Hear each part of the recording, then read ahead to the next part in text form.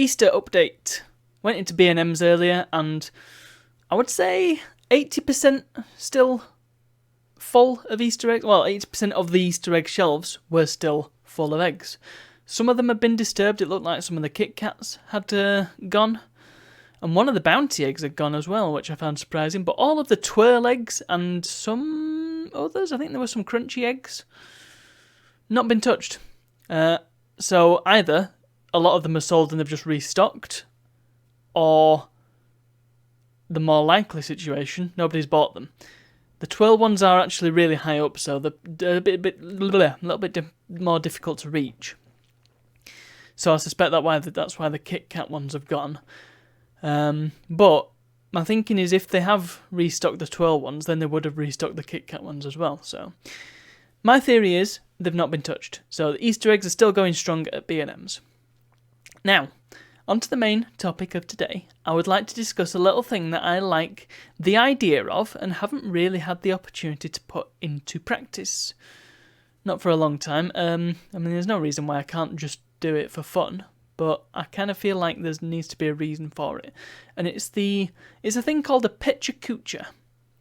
If you've not come across the term, essentially it's a presentation where you use exactly 20 slides and you spend 20 seconds on each slide. So, how does that come to actually? 2, 4, about 5 minutes-ish, I think. Maths. I cannot maths at this time of day. But, 20 slides, 20 seconds each.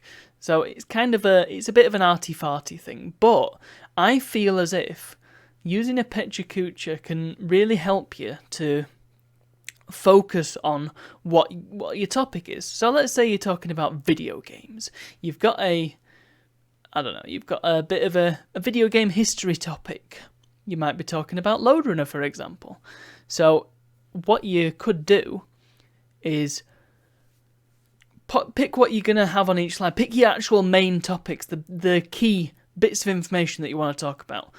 Where Lode Runner originated, sort of the games that influenced it, the first Lode Runner game, the licensing of Lode Runner. I mean, I'm kind of giving you spoilers on what's going to come up in the Lode Runner episode.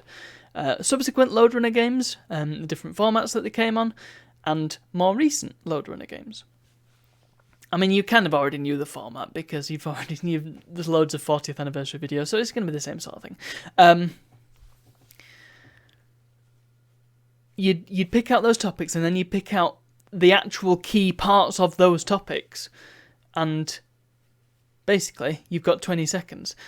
And it's interesting how much you can actually fit into 20 seconds. You have to be on the ball. You can't do what I do and sort of stumble over your words, like say stimble, for example, instead of stumble. And you can't go you can't repeat yourself. You've got to have the sentence mapped out, ready to go. It's something that you've probably got to rehearse quite a bit, although I feel like it's the sort of thing where less rehearsal is probably better because you don't want to overdo it. You want to speak from the heart, but you also want to only spend 20 seconds on it. Yeah, I feel like it's an interesting topic, and an interesting presentation style. In fact, I may attempt to do a vlog in the future in the picture coocher style.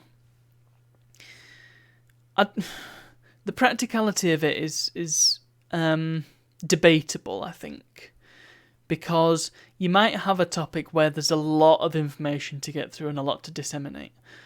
But on the other hand, I can see a case for it in sort of corporate presentations. Reduce the waffle, reduce the noise, and get your key information out. Have some nice... You've still got a presentation, you've still got slides, so you can still have tons of information on there. Give people some graphs and some charts, give them some visuals. Don't fill the thing with text. What's the point of that? No. You visualize it. You make it clear with your slides, and then use your words to bolster those slides. So actually, you can get out a lot of information. You've got to make sure that your audience is paying attention. But I think if you're doing a Pecha Kucha and you're doing it at a good pace, you're probably going to keep your audience's attention because you're not holding their attention for all that long. It's not. I'm thinking about a training session that I had this afternoon at work. It was an hour, and it was dry as all balls. And I just thought, the guy who was talking about it, he kept going here, there, and everywhere, and it wasn't clear, it wasn't focused. And I just think maybe the Pecha Kucha wouldn't be the correct thing for that sort of presentation. But then again, something similar, yeah. You compartmentalizing each part of, it was a particular piece of software that was being demoed. Section it out. Clear sections, clear amount of time for each section. Bish. Don't waste time. Don't bore people. Just get on with it. And have some time at the end for questions. That's the way to do it. I think we can learn a lot from the Pecha Kucha. And like I say, maybe I'll do a Pecha Kucha in a future vlog. But, I'm not going to waste any more time. I'm going to finish the vlog right there. So thank you for watching, and I'll see you all tomorrow.